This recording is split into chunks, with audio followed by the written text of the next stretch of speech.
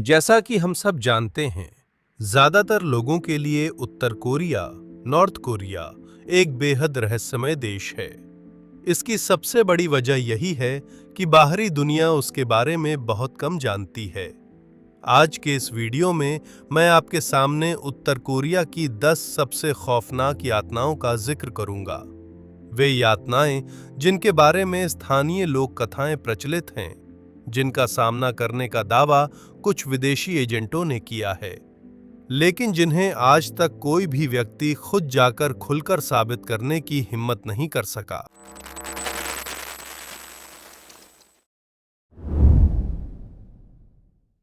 गोली मारकर सजा देने का इतिहास हथियारों के जन्म तक पीछे जाता है। भले ही दुनिया के ज्यादातर देशों और क्षेत्रों में इस सजा को समाप्त कर दिया गया हो, लेकिन कुछ देशों में आज भी इसे मृत्युदंड लागू करने का एक प्रभावी तरीका माना जाता है, क्योंकि इसका अपराधियों पर सबसे अधिक डर पैदा करने वाला और चेतावनी देने वाला प्रभाव होता है। उत्तर कोरिया में दी जाने वाली गोली मारकर फांसी उससे भी ज्यादा अलग और डरावनी है। वहां जल्लाद कुल 9 गोलियां चलाकर कैदी की जिंदगी खत्म करते हैं। ये इसलिए नहीं कि उत्तर कोरियाई सैनिकों की निशानेबाजी खराब होती है, बल्कि सजा को परफेक्शनिस्ट तरीके से पूरा करने के लिए ऐसा किया जाता है। पहले दौर में 3 गोलियां चलाई जाती हैं। निशाना छाती पर होता है, जिससे शरीर को थामने वाली रस्सी टूट जाती है और कैदी आगे की ओर झुककर गिरने लगता है। दूसरे दौर में फिर 3 गोलियां चलाई जाती हैं। गर्दन पर निशाना साधा जाता है और कैदी का सिर पहले से तैयार किए गए बोरे में गिर जाता है। कहा जाता है कि जब बाहर का तापमान -20 से 30 डिग्री की कड़ाके की ठंड में होता है, तो शरीर और बाहरी तापमान के अंतर से इस पल बहुत सी भाप या गर्म हवा उठती दिखाई देती है। आखिरी 3 गोलियां जांघों को बांधने वाली रस्सी पर चलाई जाती हैं। कैदी का शरीर पूरी तरह आगे की ओर धड़ाम से गिरता है और उसका ऊपरी धड़ भी बोरे के अंदर चला जाता है। सैनिक कुछ लाते मारकर बोरे को खींचते हैं और शव को पूरी तरह उसमें भर देते हैं। बोरे का मुंह गांठने के बाद उसे ट्रक या हाथ ठेले पर डाल दिया जाता है और पहाड़ों में किसी भी सुनसान जगह पर यूं ही फेंक दिया जाता है। न दफनाया जाता है, न कोई निशान छोड़ा जाता है और बताया जाता है कि शव को जंगली कुत्तों के लिए छोड़ दिया जाता है। अपराधियों को डराने और जनता को शिक्षित करने के लिए फांसी के समय भीड़, आरोपी के परिजन और उसकी काम इकाई के प्रतिनिधियों को भी जबरदस्ती बुलाकर ये सब दिखाया जाता है। बाद में उनसे देखने के बाद की रिपोर्ट और गारंटी लेटर तक लिखवाए जाते हैं। चेतावनी का असर कहा जा सकता है पूरी तरह से दिमाग में भर दिया जाता है। बताया जाता है कि ये सजा आमतौर पर जासूसों और विदेशियों पर इस्तेमाल की जाती है। 2 जनवरी 2016 को उत्तर कोरिया की यात्रा समाप्त करके लौट रहे अमेरिकी कॉलेज छात्र ओटो वॉर्मबियर प्योंगयांग अंतर्राष्ट्रीय हवाई अड्डे पर देश से बाहर जाने की तैयारी कर रहे थे। उसी समय उन्हें अचानक रोक लिया गया और सुरक्षाकर्मी उन्हें अपने साथ ले गए। उसी साल मार्च में उत्तर कोरिया के सर्वोच्च न्यायालय ने ओटो को राज्य को गिराने की साजिश के आरोप में 15 साल के श्रम सुधार की सजा सुनाई। लगभग 15 महीनों बाद उत्तर कोरियाई अधिकारियों ने ओटो को रिहा कर दिया, लेकिन तब तक वो एक तरह की वेजिटेटिव स्टेट में पहुंच चुका था। अमेरिका लौटने के सिर्फ 1 हफ्ते बाद ही उसे मृत घोषित कर दिया गया। हैरानी की बात यह थी कि पोस्टमार्टम करने वाले अधिकारियों को उसके शरीर पर पहले किसी स्पष्ट यातना या दुर्व्यवहार के निशान नहीं मिले। बस इतना सामने आया कि ओटो का मस्तिष्क और तंत्रिका तंत्र गंभीर रूप से क्षतिग्रस्त हो चुका था। एक इंसान को जीते जी मरे हुए की हालत में रिहा करना और फिर उसकी मौत 1 हफ्ते बाद अमेरिका में हो जाना, और सबसे अहम बात, मौत का कोई साफ कारण सामने न आना। ये नतीजा उत्तर कोरियाई पक्ष के लिए सबसे फायदेमंद माना जाता है। इसी घटना के बाद उत्तर कोरिया के पास न्यूरोटॉक्सिन है जैसी बातें पश्चिमी देशों में तेजी से फैलने लगीं। अमेरिकी CIA भी उत्तर कोरिया में भेजे जाने वाले जासूसों को पहले से चेतावनी देती है कि अगर वहां इस तरह की सजा इस्तेमाल की जाए तो उन्हें तुरंत सब कुछ बता देना चाहिए। उत्तर कोरिया के कंसंट्रेशन कैंपों को आज की दुनिया की सबसे डरावनी जेलों में गिना जाता है। एक भगोड़े नागरिक ने दावा किया कि चीन उत्तर कोरिया सीमा पर फल की तस्करी के आरोप में उसे पूरे 3 साल तक एक कैंप में बंद रखा गया। दक्षिण कोरिया पहुंचने के बाद उसने पेशेवर चित्रों के जरिए कैंप में बिताए अपने भयावह अनुभवों को दुनिया के सामने रखा। उसकी एक तस्वीर में वही बदनाम कबूतर यातना दिखाई गई है। पूछताछ की ये मुद्रा कबूतर जैसी होती है। हाथ पीछे बांध दिए जाते हैं और लोहे की सलाख पर दोनों हाथ पैर फैलाकर जकड़ दिया जाता है। शरीर हवा में लटका रहता है। न तुम ठीक से खड़े हो सकते हो, न बैठ सकते हो। एक दिन के भीतर ही कंधों की मांसपेशियां सख्त हो जाती हैं, छाती आगे की ओर उभर आती हैं, पक्षी की छाती जैसी, और पूरा शरीर अकड़ जाता है। जो भी कैदी पहली बार कैंप में पहुंचता है, उसे इसी हालत में एक दिन से भी ज्यादा समय तक सताया जाता है। इस दौरान कैदी की छाती पर लगातार घूंसे मारे जाते हैं, यहां तक कि खून की उल्टी होने लगती है। और क्योंकि शौचालय जाने की अनुमति नहीं होती, इसलिए उन्हें पेशाब और मल अपने ही कपड़ों में करना पड़ता है। उत्तर कोरिया उन गिने चुने देशों में से एक माना जाता है जहां कोयला खदान में काम करवाना सजा के रूप में इस्तेमाल किया जाता है।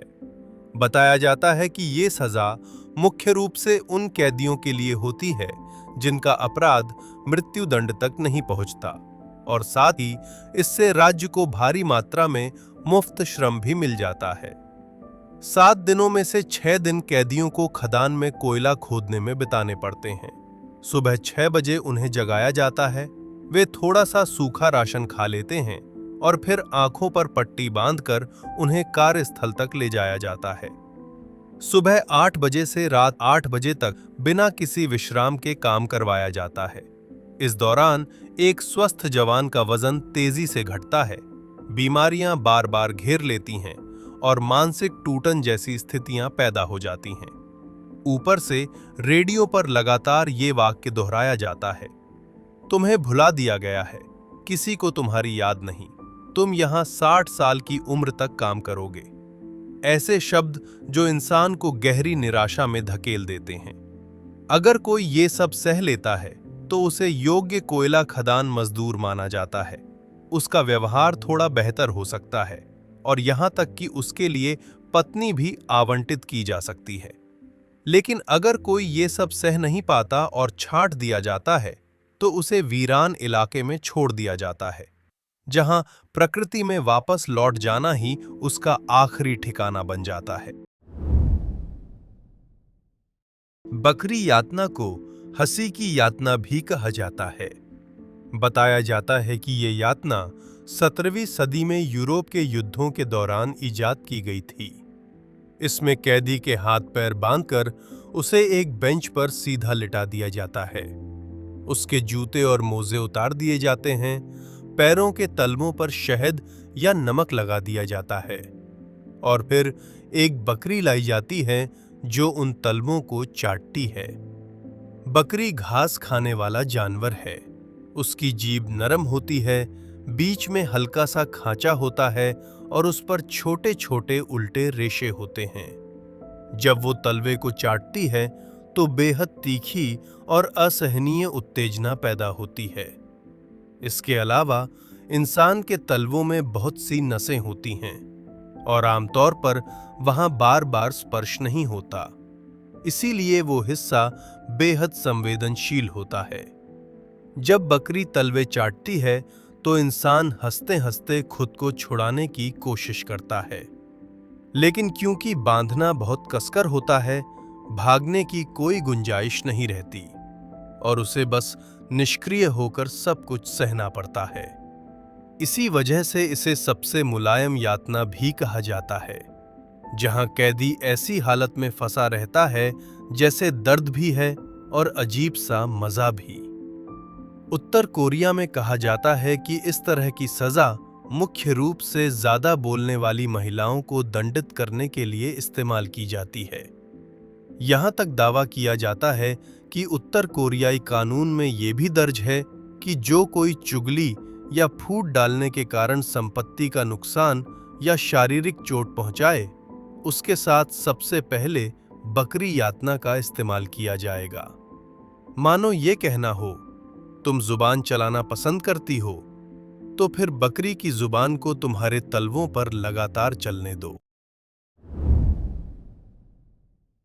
कुत्तों द्वारा दंड को डॉग एग्जीक्यूशन भी कहा जाता है। ये एक प्रकार की सजा मानी जाती है। अपराधी के कपड़े उतरवाकर उसे लोहे के पिंजरे में फेंक दिया जाता है और फिर कई दिनों से भूखे रखे गए बड़े कुत्तों को अंदर छोड़ दिया जाता है। सजा पाने वाला व्यक्ति अगर सीधे गर्दन टूटने से नहीं मरता, तो पूरा प्रक्रिया उसके लिए किसी बुरे सपने से कम नहीं बताई जाती, क्योंकि ये तरीका अत्यंत क्रूर माना जाता है। इसलिए आधुनिक समाज में ये बेहद दुर्लभ है और इसे एक प्रकार की चरम सजा कहा जाता है। इतिहास में इस दंड के बारे में दर्ज विवरण बहुत कम मिलते हैं। लोगों का ध्यान इस पर तब गया जब रिपोर्टों के मुताबिक 21वीं सदी में उत्तर कोरिया के सर्वोच्च नेतृत्व द्वारा इस अमानवीय दंड का इस्तेमाल किया गया। 13 दिसंबर 2013 को उत्तर कोरिया ने झांग सोंगथेक को मृत्युदंड सुनाया और उस पर देश का पहला कुत्तों द्वारा दंड लागू किया गया। झांग सोंगथेक और उसके 5 करीबी सहयोगियों को 300 से अधिक वरिष्ठ अधिकारियों के सामने इस दंड का सामना करना पड़ा। कपड़े उतारे गए 6 पुरुषों को एक ऐसे लोहे के बाड़े में डाला गया जिसमें 3 दिनों से भूखे रखे गए 120 शिकारी कुत्ते थे। कहा जाता है कि केवल 1 घंटे के भीतर ये 6 लोग पूरी तरह इस दुनिया से गायब हो गए।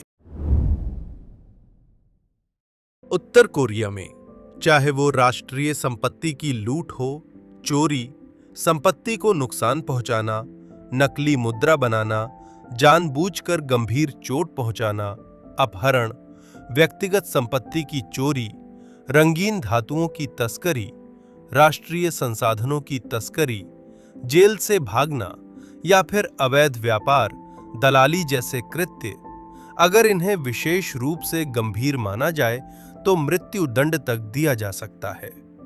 लेकिन अगर कोई व्यक्ति सर्वोच्च गरिमा को ठेस पहुंचाने या उत्तर कोरियाई राष्ट्र का अपमान करने वाली बात कह दे और पकड़ा जाए, तो कहा जाता है कि उसे रक्त दंड दिया जाता है और ये केवल मौत तक सीमित नहीं रहता। कैदी को लगभग 1.3 मीटर ऊंचे और 1.8 मीटर चौड़े पिंजरे में बंद किया जाता है। जबरन खून निकाला जाता है और उसे अपनी ही आंखों से अपना खून बूंद बूंद बहते हुए देखना पड़ता है, जब तक शरीर पूरी तरह टूट न जाए। ये हर दिन नहीं किया जाता। जैसे ही मानसिक स्थिति कुछ संभलती है, खून निकालने की प्रक्रिया फिर शुरू कर दी जाती है और ये तब तक चलता है जब तक आधा शरीर लकवाग्रस्त न हो जाए या व्यक्ति वनस्पति अवस्था में न पहुंच जाए। सबसे डरावनी बात यह है कि किसी ने कैदी से कहा होता है, तुमसे निकाला गया खून उच्च अधिकारियों के परिवार के बीमार लोगों के लिए इस्तेमाल किया जाएगा, बार बार। जलदंड एक ऐसी यातना मानी जाती है जिसमें कैदी को यह महसूस कराया जाता है कि वह डूबने ही वाला है। कैदी को इस तरह बांधा जाता है कि उसके पैर सिर से ऊंचे हों, चेहरे पर कपड़ा ढक दिया जाता है और फिर उसके चेहरे पर पानी डाला जाता है। यह प्रक्रिया एक तरफा वॉल्व जैसी बताई जाती है। पानी लगातार अंदर जाता रहता है और कपड़ा उसे बाहर थूकने से रोकता है। जरा सोचिए, सामान्य तौर पर जब हमें थोड़ा सा पानी भी नाक में चला जाता है तो कितनी देर तक असहजता रहती है। जलदंड में यह एहसास लगातार बना रहता है कि आप घुट रहे हैं और डूब रहे हैं। सिर्फ 2 से 3 मिनट में कैदी आमतौर पर बेहोश हो जाता है, लेकिन मानव का केंद्रीय तंत्रिका तंत्र काम करता रहता है और शरीर को बचाने की कोशिश करता है। ऐसे में व्यक्ति बेहोश होने के बावजूद शारीरिक पीड़ा और भी ज्यादा तीव्र हो जाती है। सितंबर 2009 में अंतर्राष्ट्रीय दबाव के चलते अमेरिकी सेना ने जलदंड को प्रतिबंधित तरीकों की सूची में डाला। इसके बाद अंतर्राष्ट्रीय संधि जिनेवा कन्वेंशन के तहत जलदंड पर प्रतिबंध लगा दिया गया। लेकिन बताया जाता है कि उत्तर कोरिया में जलदंड और भी चरम रूप में होता है, जहां पानी की जगह जानवरों के मूत्र का इस्तेमाल किया जाता है। उस दृश्य की कल्पना करना भी मुश्किल बताया जाता है। जैसा कि नाम से स्पष्ट है, ये ऐसी सजा है जिसमें व्यक्ति को सोने नहीं दिया जाता। उत्तर कोरिया में इसे मुख्य रूप से गद्दारों और विरोधियों को दंडित करने के लिए इस्तेमाल किया जाता है। कानून प्रवर्तन करने वाले लोग तेज रोशनी या बिजली के झटकों का उपयोग करके कैदी को लंबे समय तक जागता रखते हैं ताकि वो सो न सके। ये पीड़ा बहुत जल्दी मानसिक टूटन पैदा कर देती है और कैदी स्वीकारोक्ति के लिए मजबूर हो जाता है। नींद, हवा, भोजन और पानी की तरह ही मानव जीवन की मूल आवश्यकता मानी जाती है। अगर नींद छीनी जाए तो सोच, भावनाएं और व्यवहार असामान्य हो जाते हैं। वैज्ञानिक शोध बताते हैं कि प्रयोगशाला के जानवर अगर 3 हफ्ते तक सो न सकें तो मर जाते हैं। बिना नींद जीवन संभव नहीं माना जाता। इंसान बिना पानी के 72 घंटे से ज्यादा जीवित रह सकता है, लेकिन बहुत कम लोग 72 घंटे बिना सोए झेल पाते हैं। बताया जाता है कि उत्तर कोरिया में नींद से वंचित करने की प्रक्रिया कम से कम 2 हफ्ते तक चलती है। हर दिन कैदी को जिंदा रखने भर की थोड़ी सी नींद दी जाती है और बाकी समय पूछताछ और काम में लगाया जाता है। यहां तक कि अगर बीच में ही कैदी टूटकर स्वीकार कर ले, तब भी पूरी प्रक्रिया पूरी की जाती है। 200 किलो वजन वाला व्यक्ति भी 15 दिनों में बेहद दुबला हो सकता है। तोप से दंड का अर्थ है तोप का उपयोग करके अपराधी को मारना। ये भी मृत्युदंड का एक तरीका माना जाता है। जीवित व्यक्ति को खुले मैदान में बांध दिया जाता है और विमानरोधी तोप से निशाना साधकर गोली चलाई जाती है। जब गोला सीधे शरीर से टकराता है तो तीव्र गर्मी, झटके और असंख्य छर्रे पैदा होते हैं, जो पल भर में शरीर को टुकड़ों में बदल देते हैं। इसका दृश्य अत्यंत भयावह होता है। ऐतिहासिक विवरणों के अनुसार सबसे पहले इस तरीके का इस्तेमाल भारत में किया गया था, जिसे बाद में पश्चिमी उपनिवेशकों ने विरोध को दबाने के लिए अपनाया। अत्यधिक क्रूर होने के कारण इसे विश्व भर में निंदा का सामना करना पड़ा। आधुनिक काल में उत्तर कोरिया ही ऐसा देश है जहां इसके इस्तेमाल की खबरें सामने आई हैं। मई 2015 में उत्तर कोरियाई सेना के दूसरे नंबर के अधिकारी और सशस्त्र बल मंत्री रैंक के एक वरिष्ठ नेता को अविश्वास के आरोप में गिरफ्तार किया गया। रिपोर्टों के मुताबिक 3 दिन बाद उसे देशद्रोह के आरोप में तोप से दंड दिया गया। इसी घटना के बाद दुनिया भर में तोप से दंड शब्द व्यापक रूप से जाना गया। वो पहला व्यक्ति नहीं था जिसे इस तरह मारा गया। 2011 के अंत में किम जोंग इल की मृत्यु के बाद 2012 की शुरुआत में सत्ता संभालने वाले किम जोंग उन ने शोक अवधि के दौरान अनुशासन तोड़ने वालों के खिलाफ कड़ी कार्रवाई का आदेश दिया।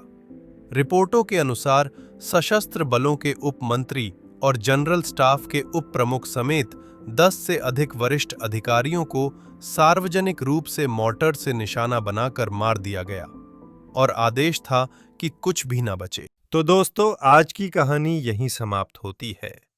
नीचे कमेंट करके अपनी राय जरूर साझा करें। अगर वीडियो पसंद आया हो तो लाइक और सब्सक्राइब करना ना भूलें और घंटी का बटन दबा दें ताकि आगे की रोचक कहानियां आपसे छूट न जाएं। अगली कड़ी में फिर मुलाकात होगी।